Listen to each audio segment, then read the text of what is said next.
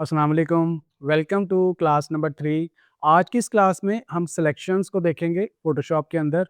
तो सिलेक्शन हम उस वक़्त यूज़ करेंगे जब किसी इमेज की बैकग्राउंड रिमूव करनी हो। सिलेक्शन उस वक़्त यूज़ करेंगे जब किसी इमेज का एक स्पेसिफिक पार्ट सेलेक्ट करना हो, उसको हम बाद में कट भी कर सकते हैं, कॉपी भी कर सकते हैं।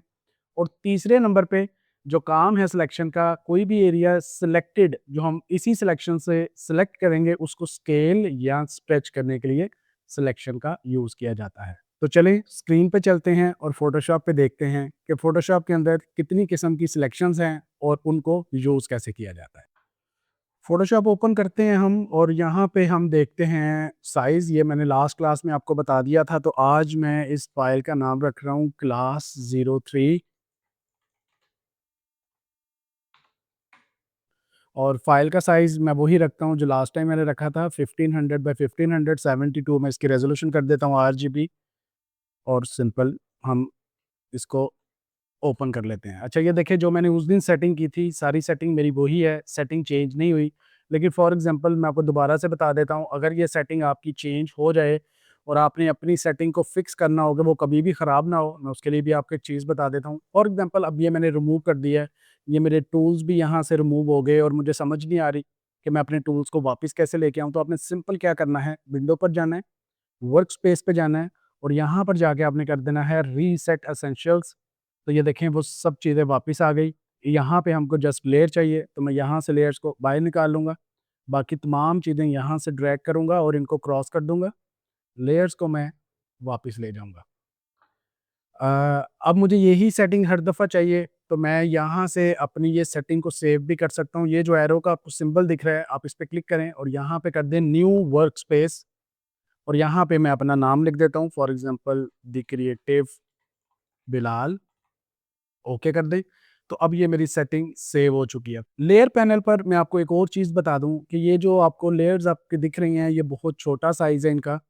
मैं अपनी ये लेयर्स का साइज़ थोड़ा इंक्रीज़ करना चाहता हूँ। तो इधर आपको ये 3 लाइन्स का ये बटन सा एक दिख रहा है, आप इस पे क्लिक करें और यहाँ पे आप चलेंगे पैनल ऑप्शंस। पैनल ऑप्शंस पे ये आपको साइज़ेज़ दिखा रहा है कि आप अपनी लेयर्स को किस साइज़ में देखना चाहते हैं। मैं ये वाला जो साइज़ है वो सिलेक्ट करता हूँ, ओके करता हूँ, तो देखिए मेरी लेयर का साइज़ बड़ा हो गया।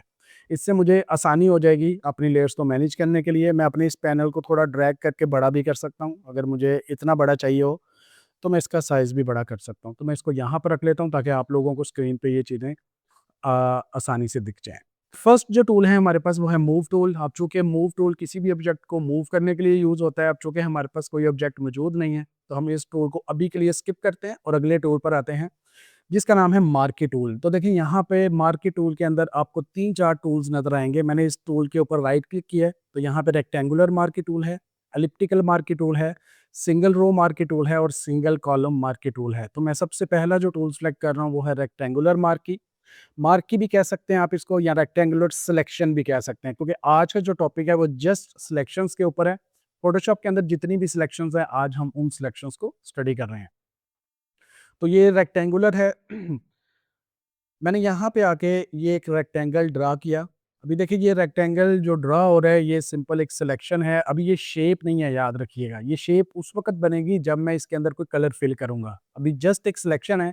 अभी हम फ़ोटोशॉप को बता रहे हैं कि हम इस एरिया के अंदर जो सिलेक्शन कर रहे हैं, इसमें कुछ करना चाहते हैं और क्या करना चाहते हैं, वही 3 चीज़ें जो मैंने आपको पहले बताई थी। आप रेक्टेंगल ड्रा कर सकते हैं। अगर आपको प्रॉपर स्क्वायर चाहिए तो आप शिफ्ट का बटन अगर साथ प्रेस कर लेंगे तो ये प्रॉपर एक स्क्वायर की शक्ल में आपको सिलेक्शन बना के दे देगा। तो मैंने अभी शिफ्ट छोड़ दिया है और मैं सिंपल एक रेक्टेंगल बना रहा हूँ। इधर एक चीज़ आप याद रखें कि हमेशा जब भी कोई सिलेक्शन आप बनाने लगेंगे, आपने उसको शेप में कन्वर्ट करना होगा। तो याद आपने ये रखना है कि आपने हमेशा न्यू लेयर लाज़मी लेनी है। मैं भूल गया था लेयर लेना और आप लोग भी इंशाल्लाह ये भूलेंगे। उसकी रीज़न ये है कि मैं आज भी ये समटाइम लेयर लेना भूल जाता हूँ। तो ये प्रैक्टिस के साथ-साथ जो है ये चीज़ आपको क्लियर होगी। समटाइम स्टूडेंट क्या करता है, वो बैकग्राउंड लेयर पर ही सब कुछ बना देता है, फिर वो चीज़ें जब मूव होती हैं तो वो इकट्ठी मूव करती हैं। तो जब आप लेयर पे काम करेंगे तो आपका हर ऑब्जेक्ट अलग-अलग बनेगा। मैंने न्यू लेयर ले ली और इसके ऊपर ये सिलेक्शन मेरी बन गई। अब इस सिलेक्शन को मैं फिल करना चाहता हूँ किसी भी कलर के साथ। तो ज़ाहिर-सी बात है, अगर मैं इसको किसी कलर के साथ फिल करूँगा तो मुझे अपना टूल जो है वो वाला लेना पड़ेगा जिससे मैं कलर फिल कर सकूँ। तो यहाँ पे नीचे आप आ जाएँ तो एक टूल है पेंट बकेट टूल, आप इस पे राइट क्लिक करें। सम टाइम ये इस तरह दिख रहा होता है, तो ये आपने याद रखना है कि अगर यहाँ पे आपको ये इस तरह का बॉक्स शो हो रहा हो तो आपने राइट क्लिक करना है और यहाँ पे पेंट बकेट टूल के नाम से ये टूल है, आपने इसको सिलेक्ट करना है और यहाँ से आप अपना कलर सेलेक्ट करेंगे। तो मैंने यहाँ से कलर सेलेक्ट कर लिया, फर्ज़ करें मैं इस पे ब्लू कलर कर देता हूँ, ओके करें और मैंने इसको फिल कर दिया। अब अगर आप गौर करें तो ये एक सिलेक्शन थी, उस सिलेक्शन के अंदर मैंने कलर फिल किया और ये एक ऑब्जेक्ट बन गया। अब ऑब्जेक्ट तो ये बन चुका है लेकिन अभी तक इसके ऊपर देखिए सिलेक्शन मुझे दिख रही है। अगर आप क्लोज़ली देखें तो आपको ये सिलेक्शन दिख रही है। मुझे इस सिलेक्शन को अब ख़त्म करना है, फिर मैं आगे जो भी करना चाहूँ वो करूँगा। इस सिलेक्शन को ख़त्म करने के लिए 2 तरीके हैं। एक तरीका ये है कि आप वापस उसी मार्की टूल पे जाएँ और अपने बॉक्स पर आएँ, राइट क्लिक करें और यहाँ पे लिखा हुआ है डीसेलेक्ट, आप इसको डीसेलेक्ट कर दें। अगर ये तरीका आपको मुश्किल लगे, तो आप क्या करें अपने कीबोर्ड से कंट्रोल डी का बटन प्रेस करें, तो मेरी वो सिलेक्शन खत्म हो जाएगी। अब ये मेरे पास एक ऑब्जेक्ट बन चुका है। मैं अब इस ऑब्जेक्ट को मूव टूल की मदद से, जो पहला टूल था हमारा, उसकी मदद से मैं इसको किसी भी जगह पे मूव कर सकता हूँ। समटाइम्स स्टूडेंट्स को ये जो आपको ऊपर ये डॉट्स से शो हो रहे हैं, ये शो नहीं होते, तो आपने याद रखना है अगर कभी ये डॉट्स आपको शो ना हो रहे हों, तो आपने ये वाला जो ऊपर बॉक्स है, इसको चेक कर देना है, शो ट्रांसफॉर्म कंट्रोल्स। तो देखिए अभी मुझे ऊपर बॉक्सेस जो हैं वो शो नहीं हो रहे, तो आप इस पे क्लिक करेंगे तो वो आपको छोटे-छोटे डॉट्स जो हैं वो शो होना शुरू हो जाएँगे। अच्छा, अभी ये एक सिलेक्शन से मैंने बॉक्स ड्रा किया, इसी के साथ अब मैं एक न्यू लेयर लेता हूँ और मैं एक और रेक्टेंगल ड्रॉ करता हूँ और मैं इसके ऊपर कोई और कलर कर देता हूँ। मैंने ग्रीन कलर कर दिया, ओके करें। सिलेक्शन मौजूद है, मुझे सिलेक्शन ख़त्म करनी है, कंट्रोल डी का बटन प्रेस करूँगा, मूव टूल लूँगा और इस सब्जेक्ट को भी अब मैं मूव कर सकता हूँ। अब पिछली क्लास अगर आपको याद हो, तो हमने लास्ट क्लास में ये देखा था कि जब डिफरेंट लेयर्स होंगी, तो ऑब्जेक्ट जो है वो डिफरेंट तरीके से बिहेव करेंगे। फॉर एग्ज़ाम्पल अगर ब्लू वाला बॉक्स मेरा नीचे है, मैं इस बॉक्स को अगर मूव करूँगा तो ये ग्रीन के पीछे जाएगा, क्योंकि इसकी लेयर नीचे है। और अगर मैं ग्रीन वाला बॉक्स मूव करूँ, तो ये ब्लू के ऊपर आएगा क्योंकि ग्रीन की लेयर जो है वो ऊपर है। तो ये आपने याद रखना है इस चीज़ को। अभी के लिए मुझे ये वाला ऑब्जेक्ट जो है वो नहीं चाहिए, तो मैं देखें 2 ऑप्शंस है मेरे पास, या तो मैं ये पूरी की पूरी लेयर को ही डिलीट कर दूँ। इस लेयर के ऊपर अब जितनी भी चीज़ें बनी होंगी वो डिलीट हो जाएँगी। अभी चूँकि मैंने सिर्फ़ एक ही चीज़ इस लेयर के ऊपर बनाई हुई है, फ़र्ज़ करें कि मैं एक और बॉक्स इसी लेयर के ऊपर ड्रॉ कर लेता हूँ और उसका कलर मैं चेंज कर देता हूँ।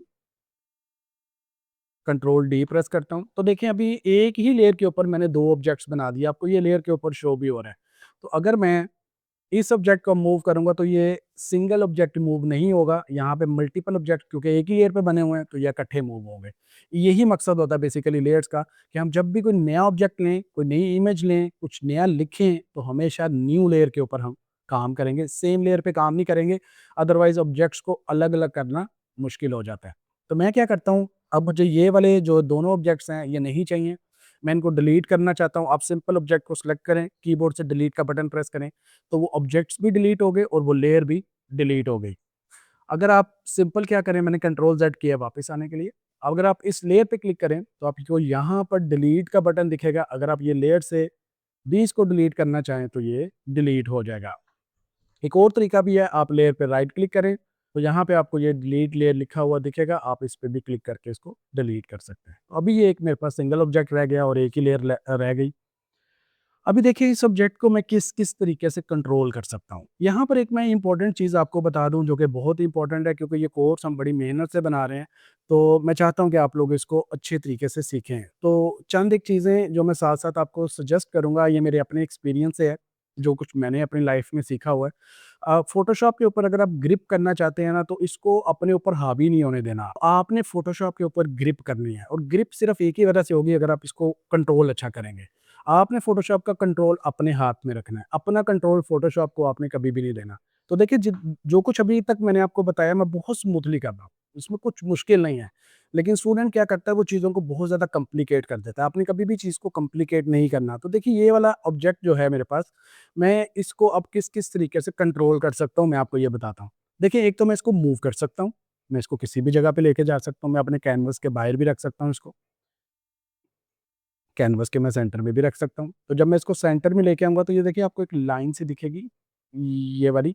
इसका मतलब ये है कि ये मेरा ऑब्जेक्ट बिल्कुल सेंटर में है, लेकिन अप डाउन में भी सेंटर में नहीं है। तो ये देखें, जब आपको वर्टिकल लाइन और हॉरिजॉन्टल लाइन दोनों लाइंस दिख रही होंगी ऑब्जेक्ट को मूव करते हुए, दैट मीन्स कि मेरा ऑब्जेक्ट अब सेंटर में है। अभी हम इसको मार्जिन्स के बारे में भी पढ़ेंगे, वो मैं आपको थोड़ी देर बाद बताता हूँ। अभी के लिए इस ऑब्जेक्ट को कंट्रोल करते हैं। तो मैंने इसको कंट्रोल करके बहुत आराम से मैंने इसको अपने कैनवस के सेंटर में रख लिया। दूसरी चीज़ ये है कि अगर मैं इस ऑब्जेक्ट को छोटा करना चाहता हूँ तो मैं कैसे करूँगा? तो देखें, आपको ये जो डॉट्स दिख रहे हैं, अगर मैं ये वाला कॉर्नर पकड़ूँ तो मैं इसको छोटा कर सकता हूँ। विदाउट शिफ्ट का बटन प्रेस किए हुए मैं इसको स्केल अप और स्केल डाउन कर रहा हूँ।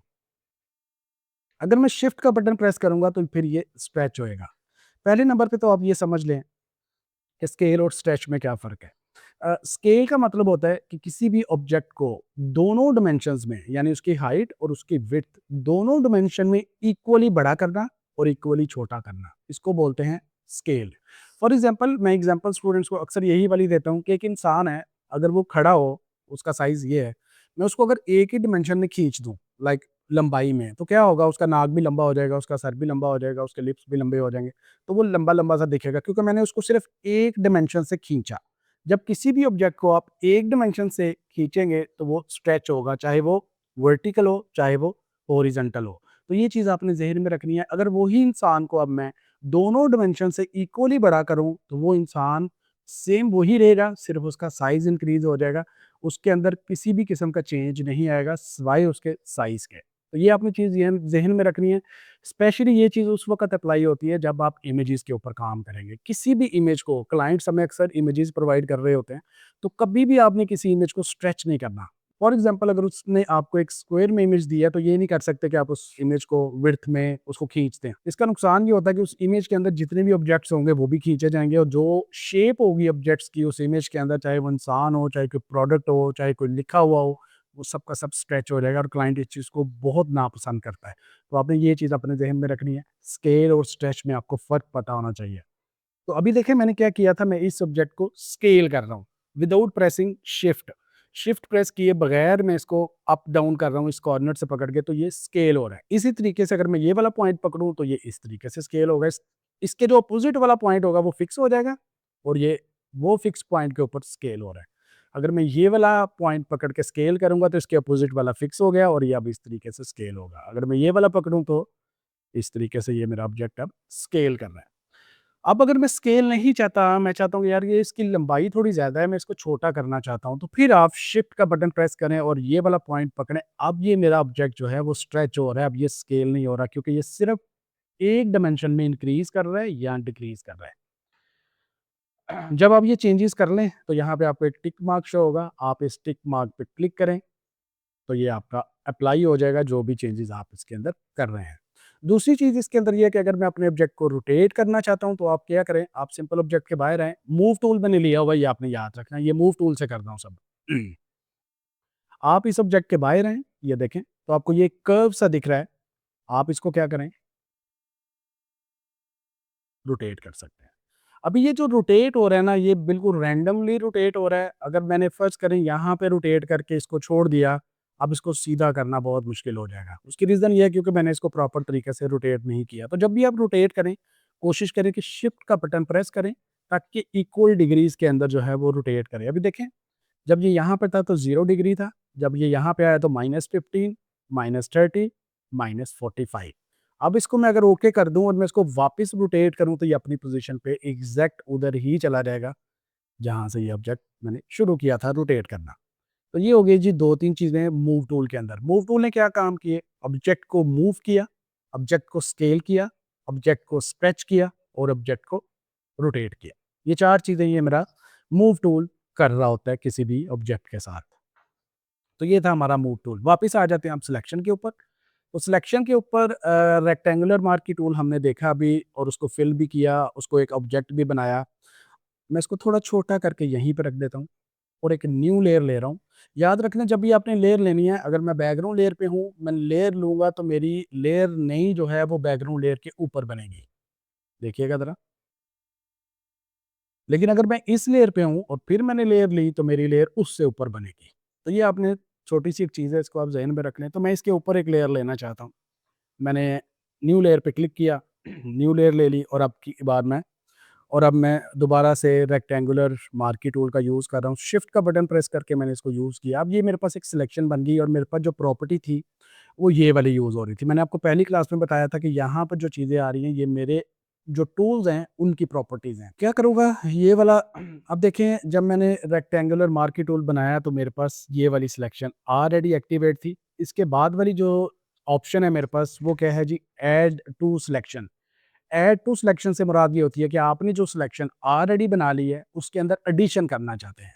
तो मैं क्या करूँगा, ये वाली ऑप्शन पे क्लिक करूँगा और शिफ्ट का बटन मैंने दोबारा प्रेस कर लिया ताकि प्रॉपर रेक्टेंगल, ताकि प्रॉपर स्क्वायर बने। तो मैंने सिलेक्शन बनाई, उसी सिलेक्शन के ऊपर एक नई सिलेक्शन बन गई और ये अब क्या होगा कि जो मेरी प्रीवियस वाली सिलेक्शन थी, उसके अंदर ये वाली सिलेक्शन जो नई वाली है, ये ऐड हो जाएगी। तो देखें, वो ऐड होके मेरे पास कंप्लीट जो सिलेक्शन बनी, वो ये वाली सिलेक्शन बन गई। इसी तरीके से अगर मैं इसको माइनस करना चाहूँ तो मैं माइनस भी कर सकता हूँ। अगला टूल जो है, ये है ऐड टू सिलेक्शन, ये है सब्ट्रैक्ट फ्रॉम सिलेक्शन। तो आप इसको न्यू सिलेक्शन इसके ऊपर लेके आएँ। अब क्या होगा कि जो प्रीवियस सिलेक्शन मेरी न्यू सिलेक्शन के अंदर आ रही है, वो माइनस हो जाएगी। तो ये देखें, वो वाली सिलेक्शन मेरी माइनस हो गई, वो वाली सिलेक्शन मेरी माइनस हो गई। न्यू सिलेक्शन के अंदर जो प्रीवियस सिलेक्शन आ रही है, वो माइनस हो गई। मैं दोबारा से सिलेक्शन के अंदर एडिशन करता हूँ और अब की बार मैं ये लास्ट वाला यूज़ कर रहा हूँ, इसको कहते हैं इंटरसेक्ट विद सिलेक्शन। इंटरसेक्ट का मतलब क्या होता है, ये हम 5, 6, 7 क्लास में ये चीज़ पढ़ते हैं कि 2 या 3 चीज़ों का जो एक कॉमन एरिया होता है। फॉर एग्ज़ाम्पल, एक बॉक्स है, उसके अंदर एक बॉक्स है, आधा बाहर है, आधा अंदर है, तो ये दोनों का जो कॉमन एरिया होगा, उसको इंटरसेक्ट बोलते हैं।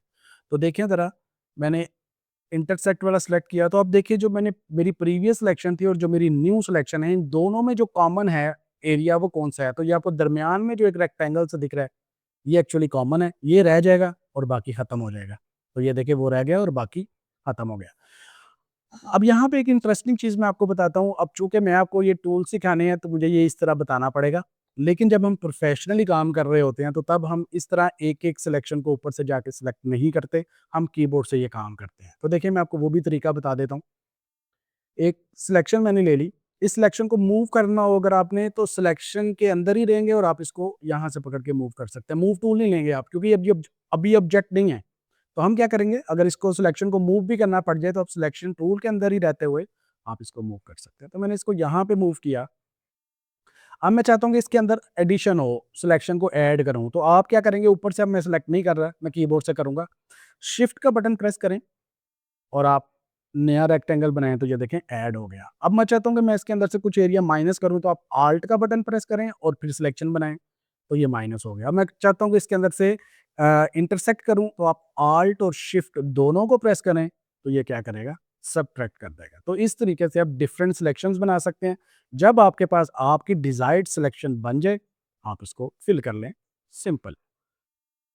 तो ये आपके पास एक सिलेक्शन बन गई। सिलेक्शन से एक आपने ऑब्जेक्ट बना लिया। That's it. अब न्यू लेयर लेता हूँ मैं, वापस आ जाते हैं सिलेक्शन पे और इसकी अगली जो चीज़ें हैं उनको भी देख लेते हैं। सिलेक्शन, ये addition, add to selection, subtract from selection, intersect from selection और इसके बाद था फीदर। कुछ लोग इसको फेदर बोलते हैं, कुछ लोग इसको फीदर बोलते हैं, जो आपका दिल करे आप वो बोले। मैं इसको फीदर बोलता हूँ, क्योंकि मैंने शुरू से यही सीखा अपने टीचर से, लेकिन कुछ लोग इसको फेदर भी बोलते हैं। तो देखिए, अब मैं क्या करता हूँ, मैंने लिया एक रेक्टेंगल, इसको मैंने कर लिया कलर। अगर आप गौर करें तो इसके जो एजेस हैं वो बहुत शार्प हैं, मतलब ये बहुत शार्प एक मेरे पास रेक्टेंगल बन गया है। लेकिन न्यू लेयर लेता हूँ और मैं यहाँ पर फीदर की वैल्यू दे देता हूँ 15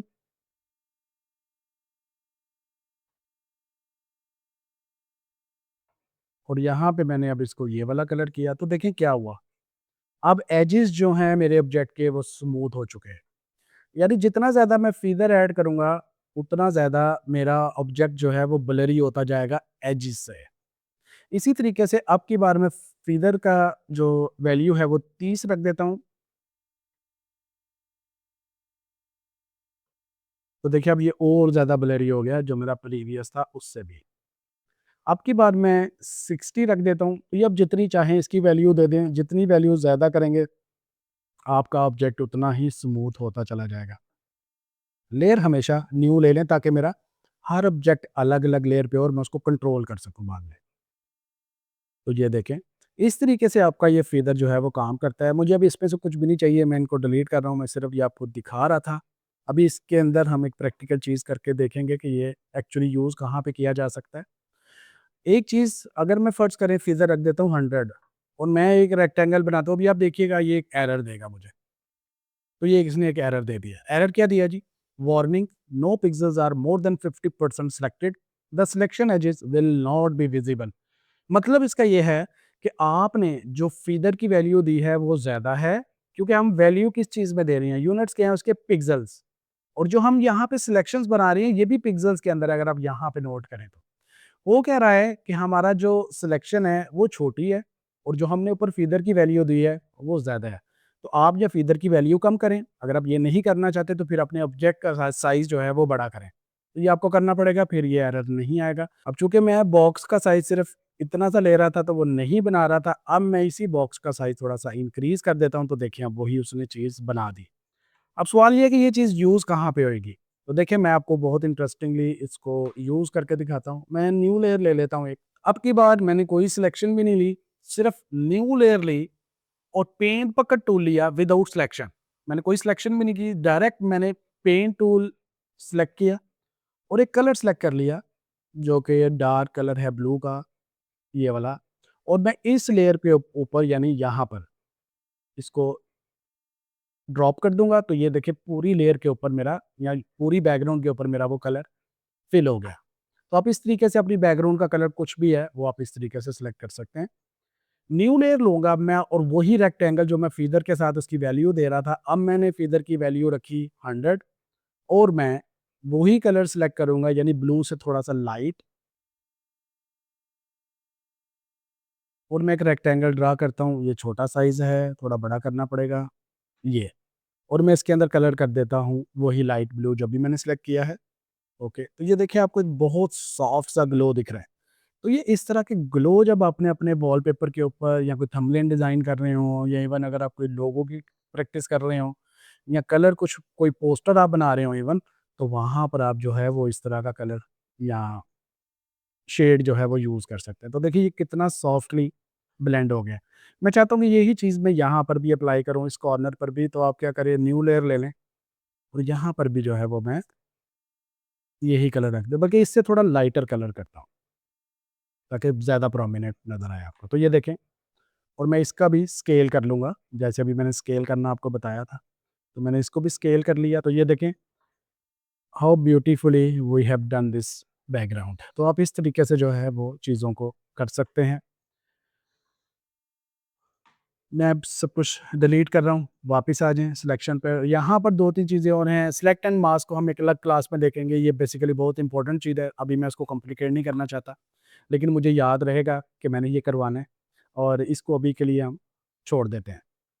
ये लेयर्स हैं, ये फिक्स रेशो है, फॉर एग्ज़ाम्पल अगर मैं यहाँ पे आऊँ, तो ये आपको एक फिक्स रेशो के अंदर ये आपको लेके जाए। अब आपको शिफ्ट का बटन प्रेस करने की ज़रूरत नहीं है, क्योंकि मैंने ऊपर कर दिया कि ये फिक्स्ड रेशो के अंदर जो है मेरी सिलेक्शन बने। अगर आप फिक्स नहीं करना चाहते, फिक्स साइज़ कर लें, जो भी साइज़ यहाँ पर आप देंगे, ये उस साइज़ में आपको वो रेक्टेंगल बना देगा। फ़र्ज़ करें मैं यहाँ पे कर देता हूँ कि मुझे जब भी मैं सिलेक्शन टूल को यहाँ पे ड्रैग करूँ, तो मुझे ये वाले साइज़ के अंदर ये जो है ना, सिलेक्शन बना के दे दे। तो देखिए मैंने सिलेक्शन सेलेक्ट की, मैं जैसे ही क्लिक करूँगा वो खुद ही उसी साइज़ में मुझे बना देगा। अब ये आपको राउंड इसलिए शो हो रहा है, क्योंकि मैंने यहाँ पे फीदर की वैल्यू 100 रखी हुई है, मैं इसको वापस 0 कर दूँगा और मैं अब सिलेक्ट करता हूँ, तो देखिए उसने सीधा मुझे वही वाला रेक्टेंगल बना दिया जो साइज़ मैंने यहाँ पे पुट किया था।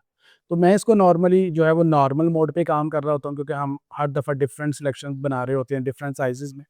तो इसका सिर्फ़ इतना ही काम है। नेक्स्ट टूल जो है वो है एलिप्टिकल मार्की टूल यानी सर्कुलर मार्की टूल या सर्कुलर सिलेक्शन भी कह सकते हैं आप इसको। न्यू लेयर ली हुई है, सेम वही चीज़ जो रेक्टेंगल के साथ कर रहे थे, अब वो आप सर्कल के साथ भी कर सकते हैं। फ़र्ज़ करें मैंने सर्कल लिया, मैं इसको फिल कर सकता हूँ, तो ये आपके पास एक सर्कल आ गया। सर्कल लिया, इसमें से सब्ट्रैक्ट कर लें, तो ये आपका मून बन जाएगा। इसी तरीके से सर्कल लें और इसके अंदर एडिशन कर लें, शिफ्ट का बटन प्रेस करके, तो ये आप जितने मर्ज़ी एडिशन करते जाएँ। इससे अब आप एप्पल की शेप भी ड्रॉ कर सकते हैं। लेट्स सपोज़ मैंने एक मैंने और सिलेक्शन बना ली। तो ये देखिए एक एप्पल की शेप जो है वो आपके पास आ गई। अगर मैं इसके अंदर रेड कलर फिल कर दूँ,